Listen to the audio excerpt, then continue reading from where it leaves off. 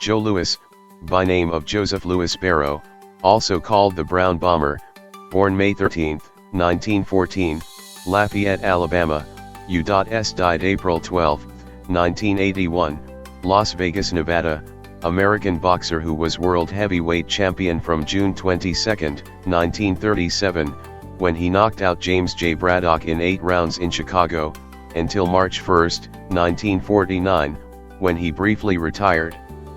During his reign, the longest in the history of any weight division, he successfully defended his title 25 times, more than any other champion in any division, scoring 21 knockouts.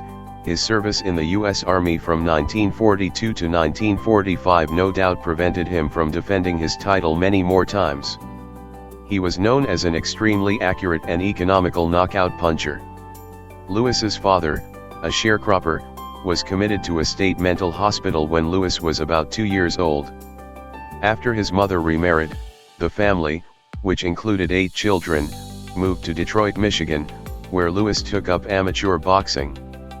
He won the U.S. Amateur Athletic Union 175-pound championship in 1934 and also was a Golden Gloves title holder.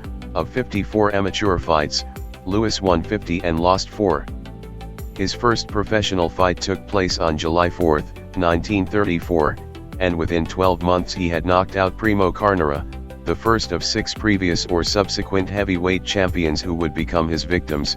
The others were Max Baer, Jack Sharkey, Braddock, the German champion Max Schmeling, and Jersey Joe Walcott. Louis sustained his first professional loss in 1936 at the hands of Schmeling. In 1938, after having beaten Braddock and taken the title, Louis met Schmeling in a rematch that the American media portrayed as a battle between Nazism and democracy, though Schmeling himself was not a Nazi. Louis's dramatic knockout victory in the first round made him a national hero. He was perhaps the first black American to be widely admired by whites, a fact attributable not only to his extraordinary pugilistic skills but also to his sportsmanlike behavior in the ring. He did not gloat over his white opponents, his perceived humility and soft-spoken demeanor, and his discretion in his private life. Louis was at his peak in the period 1939 to 42. From December 1940 through June 1941 he defended the championship 7 times. After enlisting in the U.S. Army in 1942, he served in a segregated unit with Jackie Robinson, who later became the first African American to play Major League Baseball. Louis did not see combat but fought in 96 exhibition matches before some 2 million troops. He also donated more than $100,000 to Army and Navy relief funds. After the war he was less active, and in 1949 he retired as the undefeated champion long enough to allow Ezard Charles to earn recognition as his successor. Although Louis earned nearly $5 million as a fighter, he spent or gave away nearly all of it.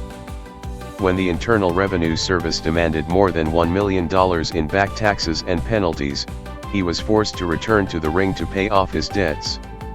He fought Charles for the championship on September 27, 1950, but lost a 15-round decision. In his last fight of consequence, against future champion Rocky Marciano on October 26, 1951, he was knocked out in 8 rounds. From 1934 to 1951, Louis had 71 bouts, winning 68, 54 by knockouts. A Hollywood movie about his life, The Joe Louis Story, was made in 1953.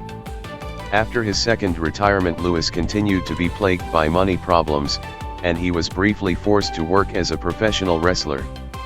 Later he became a greeter for Caesar's Palace, a resort and casino in Las Vegas, Nevada. Upon his death in 1981 he was buried in Arlington National Cemetery. One of the pallbearers at his funeral was Schmeling. Louis remained a Detroit icon after his death.